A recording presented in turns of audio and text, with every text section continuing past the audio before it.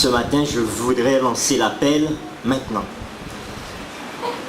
Juste avant de commencer le message, je voudrais lancer l'appel à vous inviter, chacun, à venir avec nous, à venir à ce divin rendez-vous. Il y a un rendez-vous, il y a un grand banquet, une grande fête. Et je veux vous inviter ce matin à vous préparer, à préparer vos vêtements déjà, pour venir à cette fête. C'est une fête que le Seigneur a mis en place pour nous. Oh, j'imagine que les assiettes en or sont déjà bien astiquées, elles sont déjà brillantes. J'imagine que les couteaux en argent sont déjà aussi brillants, de même que les fourchettes et les cuillères. Et j'imagine que les coupes de cristal sont limpides. Et apparemment,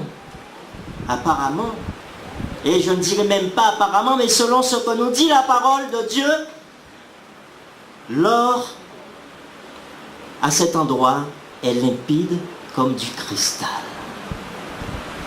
L'or est limpide comme du cristal. Et il y a une mer de verre qui est préparée aussi pour nous, pour vous et moi.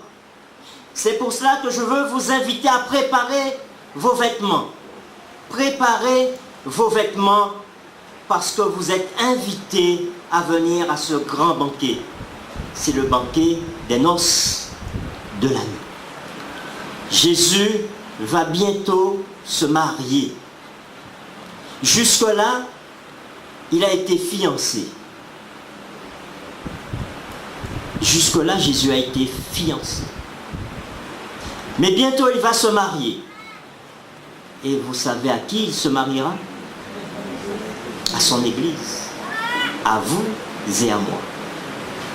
Et le Père, pour marier son Fils, prépare un grand banquet. Prépare un grand banquet. Certains d'entre vous ont déjà marié leurs enfants. Je n'ai pas encore fait cette expérience. Je ne sais pas combien ça coûte un mariage.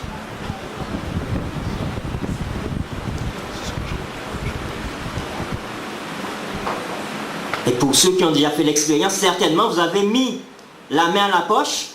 Et si c'était votre fils ou votre fille qui se mariait, eh bien vous avez fait des dépenses.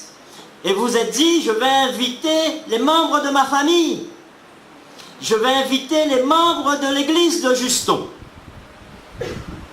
Et comme les jeunes, généralement, lorsqu'ils viennent au mariage, qu'est-ce qu'ils font?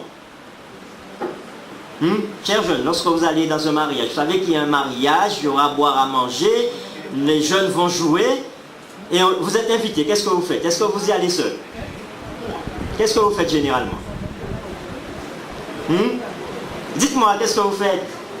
J'ai envie d'avoir une réponse de votre bouche. Est-ce que vous y allez seul, chers jeunes? Non. Qu'est-ce que vous faites?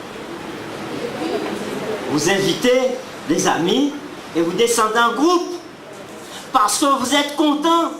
Vous savez que vous allez vous amuser, vous allez boire, vous allez manger parce que frère un tel, on va prendre un nom comme ça, un frère Olé. Disons frère Olé. Comme c'est la famille la plus connue dans l'église, il n'y aura pas de problème. Frère Olé, rappelle-moi ton prénom, frère Olé, qui est assis juste là. Diogène. Frère Olé, Diogène, marie sa première fille. Je ne sais pas si tu as des filles. Mais je dis ça comme ça. C'était l'an dernier. Mais je ne savais pas, mais je l'apprends maintenant. Frère Olé, Diogène, marie sa première fille. Et il décide d'inviter les membres de sa famille. Donc il va chez son grand frère, chez son autre grand frère, chez son petit frère, chez sa petite soeur, chez sa grande soeur. Et il invite tout le monde. Et bien sûr, peut-être qu'il a emmené sa fille avec le fiancé pour que les membres de la famille voient qui est ce jeune homme. Et on fait des préparatifs. Alors le grand frère Jean ou Éric, je ne connais pas encore tous les prénoms, Mais il dit, manquez pas un mouton. Et puis l'autre frère dit, ben manquez pas un cabrit. Et l'autre dit, ben, manquez pas des bouteilles moussillon. Pas des bouteilles, des caisses moussillon. Quand même pas des bouteilles. Un mariage.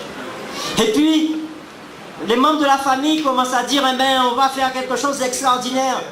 Mais Diogène a réfléchi avant.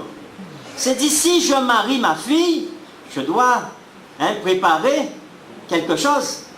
Et il s'est préparé avec son épouse, avec le reste des membres de la famille, et ils se sont dit, mais on ne va pas faire sans famille. Il faut que l'église soit invitée.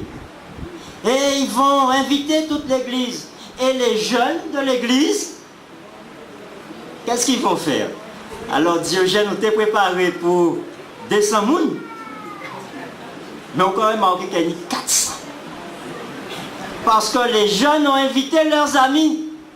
Venez, le frère Rollet va marier sa fille. Venez à ce mariage, il y aura de l'ambiance, il y aura de la guitare, et on va s'amuser, on va danser, on va sauter, on va boire, on va manger. Ce sera un moment super, ne ratez pas ce moment. Eh bien, frères et sœurs, Jésus, il va se marier avec son église. Et le Père nous invite à venir à ce grand mariage parce qu'il veut que nous soyons à la fois l'épouse et en même temps les invités. Alors, chers jeunes, je vous invite de ne pas garder ça pour vous seuls. Allez inviter vos camarades et dites-leur que Jésus va se marier. Et il va se marier avec son église. Venez, venez aux noces de l'agneau. Venez, parce qu'il y a un grand mariage. Et c'est pour cela que je lance l'appel maintenant. Venez, venez, venez tous avec nous au divin rendez-vous. Venez tous avec nous au divin rendez-vous. Préparez vos vêtements.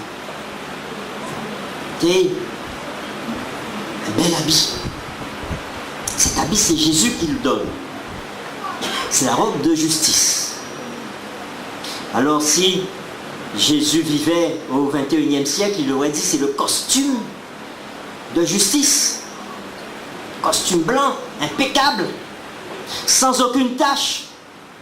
Passer au pressing de Jésus, récupérer la robe de justice pour être impeccable pour cette fête, pour ces noces. Parce que Jésus veut que nous soyons tous là pour participer à ce moment formidable. Je veux être là. Et je veux aussi que vous soyez là, frères et sœurs.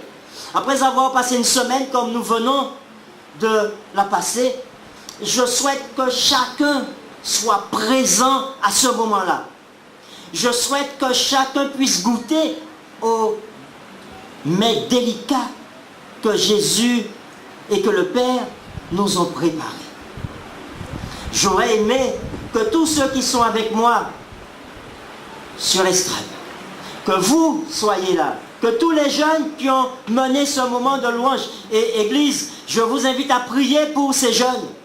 Je vous invite à prier pour ces jeunes, pour que Dieu les garde dans ses rangs, qu'ils continuent à louer, à témoigner comme cela pour Jésus, en invitant leurs camarades à venir aux noces de l'agneau. Et vous devez exercer vos voix, parce que vous aurez un chant spécial aux noces de l'agneau. Le saviez-vous? On ne vous l'avait jamais encore dit? Alors vous devez exercer vos voix, travailler vos voix.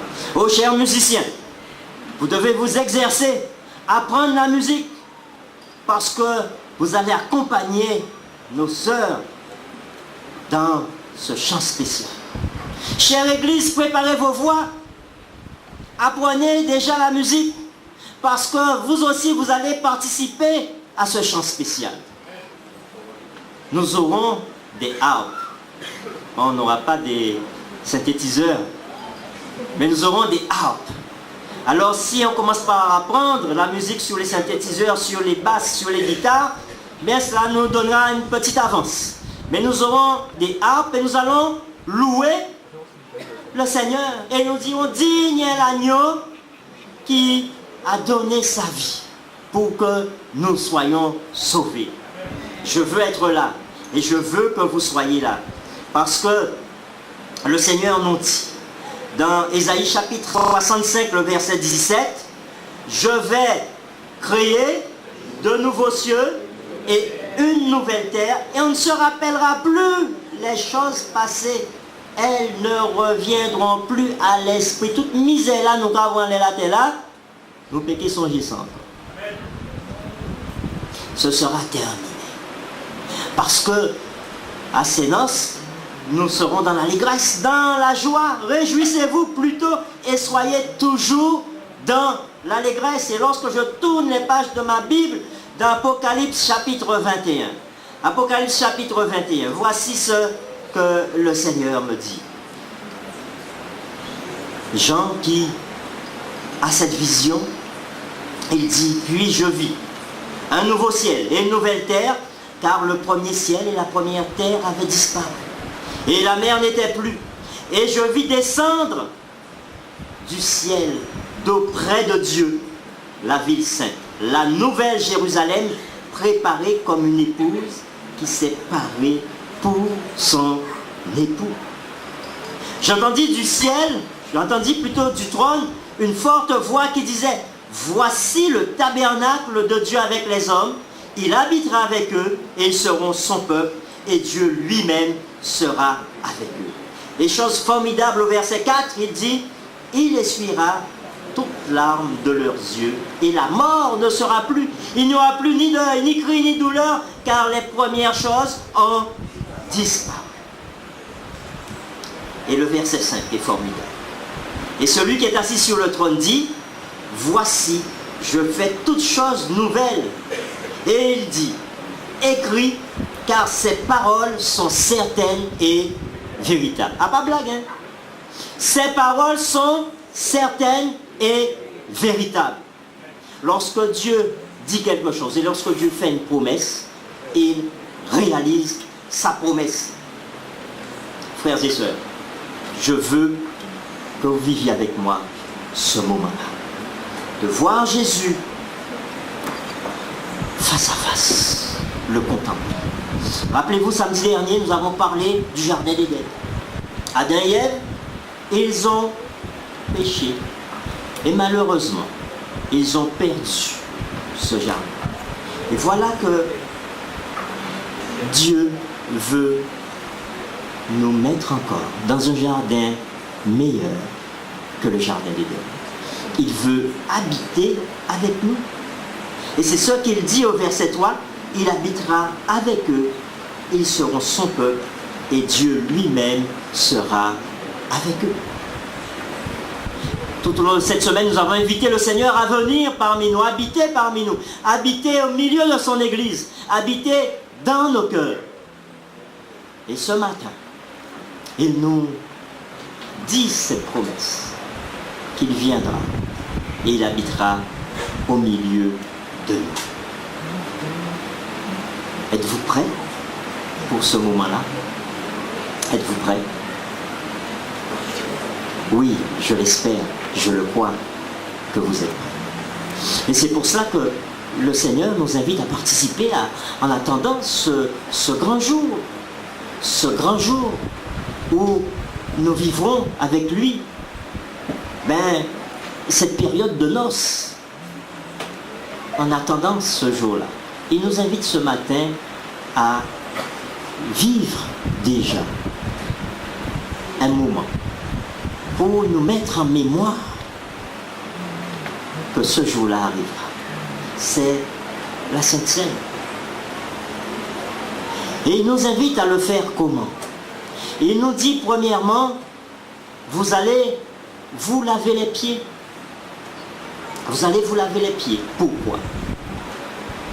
Parce qu'en vous lavant les pieds, vous vous dites les uns aux autres, nous sommes frères et sœurs. Nous sommes liés par le sang de Jésus qui s'est donné pour nous sur la croix du Calvaire. Et tous ceux qui ont déjà accepté Jésus, qui sont déjà passés par les eaux du baptême, eh bien, en ce matin, l'opportunité vous est donnée de vous laver les pieds et de renouveler ainsi l'alliance avec Jésus tous ceux qui sont déjà passés par les eaux du baptême, vous pourrez, en lavant les pieds de votre frère et en vous laissant laver les pieds par votre frère ou par votre sœur, vous pourrez ainsi dire, oui Seigneur, j'accepte d'avoir part avec toi dans ton royaume. Vous vous rappelez, il y avait parmi les disciples, un disciple qui s'appelait Pierre. Il était très turbulent. Il n'était pas comme le frère Pierre, notre chanteur et musicien. Hein. Lui, c'est un frère sage. Mais Pierre, dans la Bible, était un frère turbulent. Il aimait se battre, etc. Et quand, au moment de la Sainte Seine, Jésus vint pour lui laver les pieds, qu'est-ce qu'il dira à Jésus? Non, Seigneur, mais non, pas toi, tu ne feras pas ça, Seigneur. Il voulait toujours dire à Jésus ce que Jésus devait faire. Pierre avait cette mauvaise manie. Et Jésus lui dit, écoute, si je ne te lave les pieds, tu n'auras pas de part avec moi dans mon royaume. Alors, Pierre qui était fougueux, il a dit, Seigneur, pas seulement les pieds, mais la tête, tout le corps. Parce que moi, je veux être pleinement avec toi dans le royaume. Je ne veux pas que mes pieds entrent seulement, mais je veux que tout mon corps entre dans le royaume. Et alors Jésus lui dit, écoute Pierre, celui qui est déjà totalement lavé n'a besoin que de se laver les pieds. Ceux qui sont déjà passés par le baptême d'eau, ils n'ont besoin que de se laver les pieds pour prendre ce nouveau départ avec Jésus et être avec lui dans son royaume. Et puis, quand nous nous lavons les pieds, nous revenons pour manger, boire les symboles du corps et du sang de Jésus. Et là, c'est tous les chrétiens, tous ceux qui croient, tous ceux qui ont la ferme assurance que Jésus est leur sauveur, qu'ils soient déjà baptisés ou pas, ils peuvent communier avec le Christ. S'ils donnent à Jésus leur vie aujourd'hui, ils peuvent communier avec le Christ. Ô frères et sœurs, je voudrais que nous puissions vivre ce moment-là comme un moment fort pour notre vie, pour la vie de notre Église, pour nos familles, pour les familles que nous représentons, et que nous soyons liés à Jésus, que nous soyons liés les uns aux autres. L'opportunité est donnée à chacun en ce matin de pouvoir participer à ce service. Ne refusez pas de prendre un nouveau départ avec Jésus aujourd'hui. Car Jésus t'invite à être dans son royaume avec lui. Puisse le Seigneur nous diriger pendant ce moment. Alors que nous allons nous laver les pieds, les frères seront d'un côté, les sœurs de l'autre côté. Vous savez déjà comment cela se passe. Vous allez suivre simplement. Nous allons le faire dans un esprit d'adoration, un esprit de prière, un esprit de totale communion avec Dieu et communion les uns avec les autres. Amen.